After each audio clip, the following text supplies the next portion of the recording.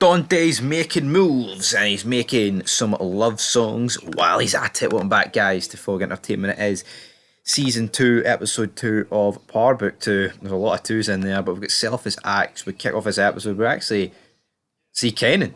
Kanan's sitting there talking to Tariq. I like this. We see Kanan basically saying you have to throw it away, but he's not really willing to throw his mum's final text message away to him on, of course, the burner phone. But then the NYPD's rapping the door and he has to go down to the station. Turns out Grandma got arrested driving with influence. And Yasmin is now getting took into, care, so to speak, foster parents, all that crazy stuff. So that's not looking good for him. And he can't go back with Tariq because guess what? College dorm's not exactly suitable for that. Howard Stern then sits down with Tate and tells him, you'd be great on the canvas of Stansfield. And also, look at this fine piece of ass you can get to know. So I thought that was kind of funny. Kane then arrives at Dante's apartment, gives him a good reason why, I could move the product. But then one reason why he's not good to get in bed with for Kane is because that GTG member shows up and Dante starts snapping his fingers like, Kane, this just ain't going to work because of the people you hang around with people like this. The guy walks up, man, he's like the whole Instagram live thing. I get it, they're trying to incorporate real life shit into this world, which makes sense, but at the end of the day, this is just a bad idea for the get-go. Bad idea. The NYPD, Big Kevin, he's going around asking questions here, trying to get to the bottom of this. We've got Zeke's press conference. Zeke then goes over to Kelly's house later in the episode. Kelly, of course, is quickly becoming the prime suspect. Tariq kind of points the NYPD in that direction. And then the NYPD see, of course, Zeke leaving the classroom. The teacher's rooms, the house, apartment, whatever. Kevin then confronts Kelly about this and essentially says, if you coerce anything with Zeke, I'll bring you both fucking down. So things are not looking good for Zeke at this point. He was speaking with Drew. There was an agent as well, and this football agent wanting to work with Zeke, but Zeke's obviously thinking about what could be best for him. It was actually funny kind of seeing Tate in the classroom and all that good stuff. But then we've got to move the drugs, and because Tariq's very busy with everything that's happening with his family, he gives it to Braden to move the drugs. He drops it off to Effie, and when Effie goes to sell it on, it turns out it ain't drugs. They've been stepped on. It's pure and utter sugar. And when Monet finds out about it, she just laughs, which is funny. Sax finds out from his lawyer, friends with benefit woman, essentially, that Tariq helped in the case to kind of play Kelly as the killer. And obviously at this point Sax is thinking, you know what, Tariq's probably got something to do with this murder because there's been a murder. And you know what, Tariq's got everything to do with this murder. Again, I think Sax should just stay away. Why would he care, honestly, at the end of the day, if this is true? If Tyree, he knows Tommy and Ghost killed so many people and he couldn't get them.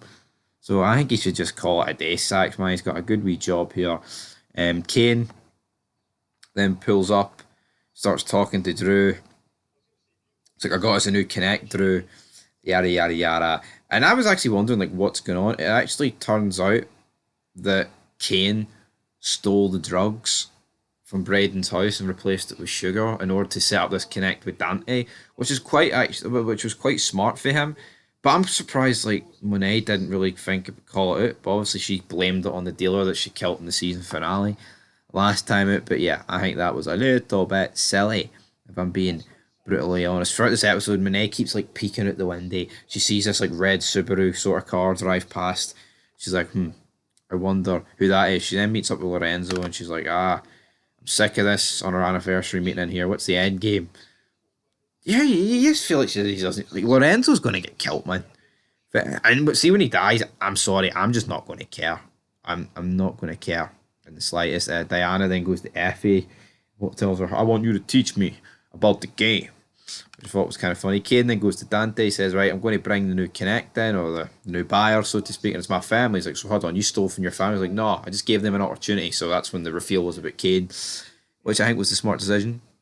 And then this weird ceremony thing at Stansfield where they're all outside getting their asses slapped. I was like, what? What's going on here? This is the craziest, weirdest thing I've ever seen in my puff. Honestly, man. So weird, so mental. And it leaves us them with the next option of Sachs. He comes into the office speaking to Davis. Davis looking at his brother's shit. So is he going to get his brother off? I'm not too sure, but they're kind of worrying about what's going on here. And then this is when Davis finds out about Kelly. He goes over to Kelly trying to help her. But with Kelly at this stage of the game, I think she's made her bet. I don't think it's really going to work. Tariq then throws his phone and the SIM card in the fire. He's up on the roof with Lauren. Diana rings him, and then because Lauren kind of feels a bit blown off because that she leaves Tariq on the rooftop, and then as the episode ends, it's actually Zeke who gets arrested and is like the woman that he was like the girl that he was banging was filming the whole thing, and he was told by Diana, not Diana, sorry, what do you call her, Monet, not to be sleeping around, and obviously because Zeke's going to be getting that big contract, if he's just went and got this woman pregnant, oh no no no. You have to pay a lot of that money. So yeah, she films that. It's going to blow up next episode. Monet then meets with Dante, and it confirms what we need to know. And that's basically how the episode ends. I mean, it was an alright meeting between these two. That finished Selfless acts. But no, what I think is quite intriguing though. I actually think that she referred to like the late 80s. I don't know how old Kane is. I would put Kane at like age 35. So maybe that's a bit unrealistic. But maybe they've been on and off. I don't know with this Dante guy.